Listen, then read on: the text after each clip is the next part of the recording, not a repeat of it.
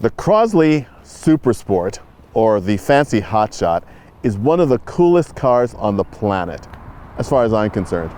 I love small cars. People who know me know how much I love small cars, how much I love utility cars, and especially a car like this, which is the fun version of a utility car. This is a car that has all the character and spunk of a Austin Healey Sprite. You know, it's a car that just makes you smile when you see it. You can't be angry when you see a car like this, and it's also proved so well the adage, it's so much fun to drive a slow car fast than a fast car slow. This is a car with a 3-speed transmission, 26.5 horsepower. You're not going to burn up the streets. There are some burnout marks right near where we're parked, and I guarantee you that this car did not do them. But nonetheless, it just puts a smile on your face, puts a smile on the face of everybody you drive by, and it just brings you to another place, another world, a slower time. And especially as a car of summer, it's just an absolutely perfect expression. This car doesn't have anything going on that it doesn't need to have. It's a car of the 1950s, but it could have been built in 1939, 1937, but it's also a very modern car with its slab sides and its smooth hood, and the instrumentation also reminds us of those great 1930s cars with their very simple but elegant finishes. This is a car that I really, really love, even though it's not my Crosley race car.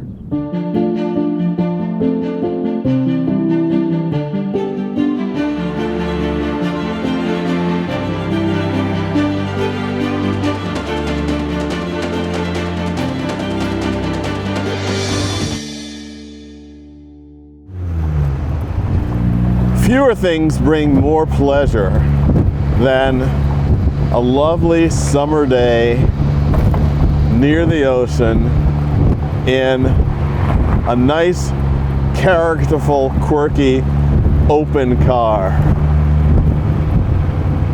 And this is a drive that I'm really enjoying at this very moment. You don't have to have a really powerful, fast, luxurious car to enjoy yourself.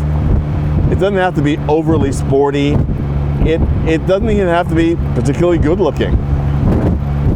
The car I'm driving right now is a 1951 Crosley Supersport, the upmarket, as it were, derivative of the Hotshot, which arguably and in fact, factually, was the first American post-war sports car.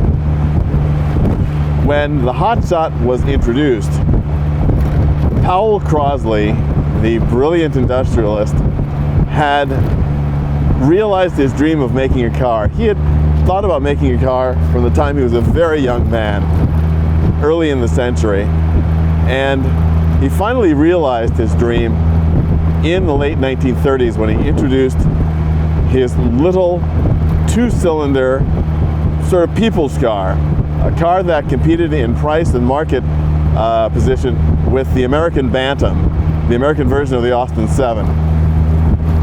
And it found a few takers before the war, but after the war, of course, in the ultra-hungry US car market post-war, with its extraordinary fuel economy, which had proven itself during the war, when of course fuel was in very short supply, it found some ready takers. Now, of course, it didn't last very long because the Americans' appetite for big, luxurious sedans and coupes and convertibles soon returned and was sated by the offerings of the big 3 manufacturers in Detroit. But for a short period of time, the Crosley name in automobiles was one to be reckoned with. And interestingly enough, I've got a great Crosley connection myself, and that connection comes from Crosley's prowess in motorsport. Yes, the little Supersports that I'm driving right now doesn't seem like a racing legend, but nonetheless, a Crosley Hotshot was the winner of the 1950 6 Hours of Sebring. Now granted, that win was based on the index of performance as was used at Le Mans for many, many years. So it gave a coefficient of difficulty based on engine size. So the 44 cubic inch or 649cc four-cylinder engine got a great advantage over the 12-cylinder engines run in some of the competitors, such as the Ferrari 166, which came in second in the race.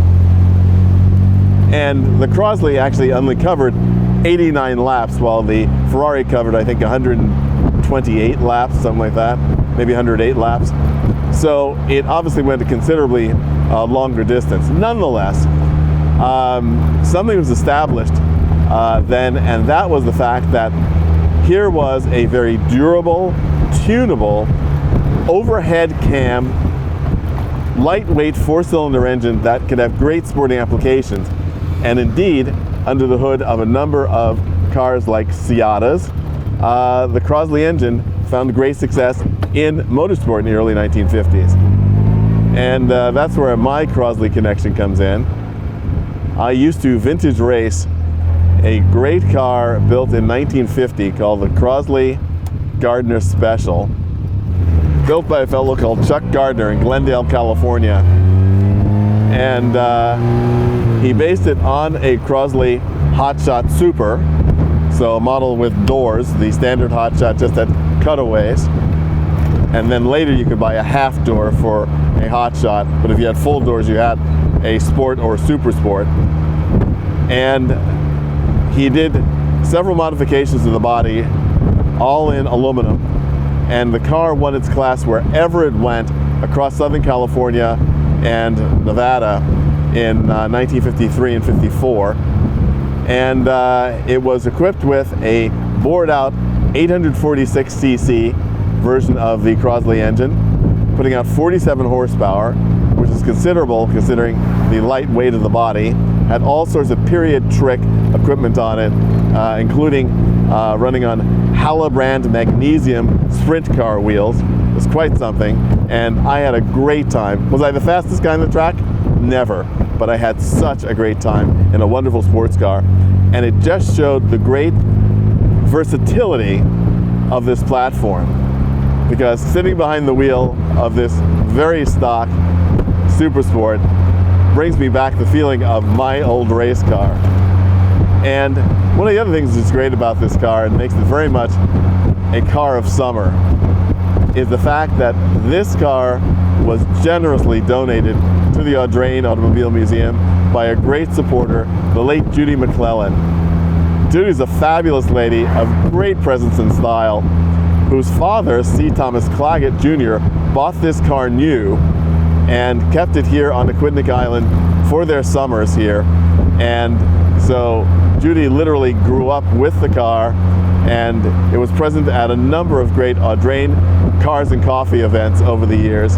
And when she was getting older and decided that, you know, she really wasn't using the car enough, and she and her great daughter Stephanie decided to donate this car to the museum, and we couldn't be more grateful, because this is a car that just absolutely epitomizes Newport summers.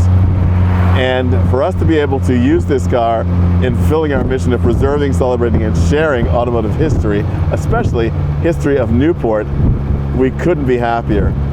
And just seeing this car reminds me of Judy, and driving it certainly does. And it's just such a wonderful piece of summer fun. It's one of the other reasons why it's also featured in our exhibition in the summer of 2024, Colors, the Cars of Summer. This is perhaps a quintessential Newport Oceanside runabout. Its nickname Toad comes, of course, from the green color and the shape of the car, which is reminiscent of a toad. And I don't think that's an insult, I think it's an endearment. And there's so much about these cars and the history of Crosley, and much of it related to Powell Crosley himself. Powell Crosley was an extraordinary man who made his fortune, his first fortune, in radios. He was an enthusiast on radios, and he was absolutely horrified at the expense of a radio set. And after building one of his own, he realized he could productionize radios that sold for very little money to put more radios in the hands of more people. And having done that, and having become the largest supplier of radios in the world in 1925, he then thought, well, you've got a radio, what do you need to do? You need something to listen to. So he founded a radio station in Cincinnati, Ohio, where his empire was founded and where Crosley cars were built, WLW. And it was the first mega station. At a time when you had to keep tuning for stations, especially if you were in a car, every 5 or 10 miles, and getting to the next city was a big accomplishment for a radio signal strength, when most were about 10,000 watts. First WLW went to a 50,000 watt signal and then to a 500,000 watt signal. Literally the first AM station that could be heard around the world. That didn't last very long, unfortunately, because too many other stations complained of interference on their frequencies with the WLW signal. So they cut it back to 50,000 watts, but it was still a powerhouse and proved that Powell Crosley was somebody with not only great imagination, but incredible business savvy. That business savvy extended to appliances, where he made another fortune in refrigerators. And the pioneering aspect of his refrigerators was something so incredibly simple, something we just take for granted today: shelves on the door of the refrigerator for extra storage. The Crosley Shelvador, great name, refrigerator became the top-selling refrigerator and set the tone and market for refrigerators to this day. And it's just a testament as well. The Crosley engine I was talking about before, that became this wonderfully adaptable motorsport application, came from an engine designed by a fellow named Lloyd Taylor, who designed a revolutionary lightweight 4-cylinder overhead cam engine for the US military to be used as a generator, much like the Coventry Climax engine. It was designed to operate at high RPM for hours on end for pumping ability, and it was constructed by a novel technique called copper brazing, or Cobra. These Cobra engines were a lightweight steel alloy alternative to aluminum. And Powell Crosley saw the great application for this and bought the rights to it and manufacture it. And he included these engines to be an upgrade from the 2-cylinder air-cooled first Crosleys. And again, it was a terrific idea, but it didn't really pan out, because while they were great for a military application where maintenance was very regular and attentive, the cars did not do well with these engines, because any place that had corrosive water, it ate into the alloy and formed leaks and all sorts of problems. So he changed it to a cast iron version of that engine, which interestingly enough did not weigh much more than the Cobra alloy engine. So he was always able to find a solution, and it went on after Crosley cars stopped being made. It went on to great marine applications as well. And so these cars have a great legacy. Oh, I didn't mention another legendary thing about these cars. The Crosleys post-war were the first American cars to feature disc brakes, a Goodyear Hawley disc brake system that was adapted from airplanes. Again, a great idea.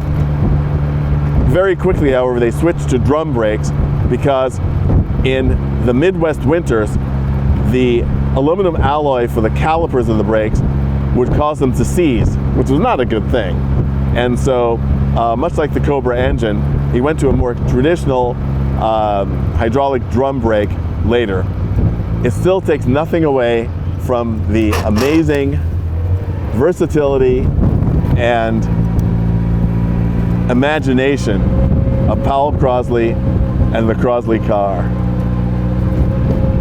The Supersports is very much a car of the Newport summer.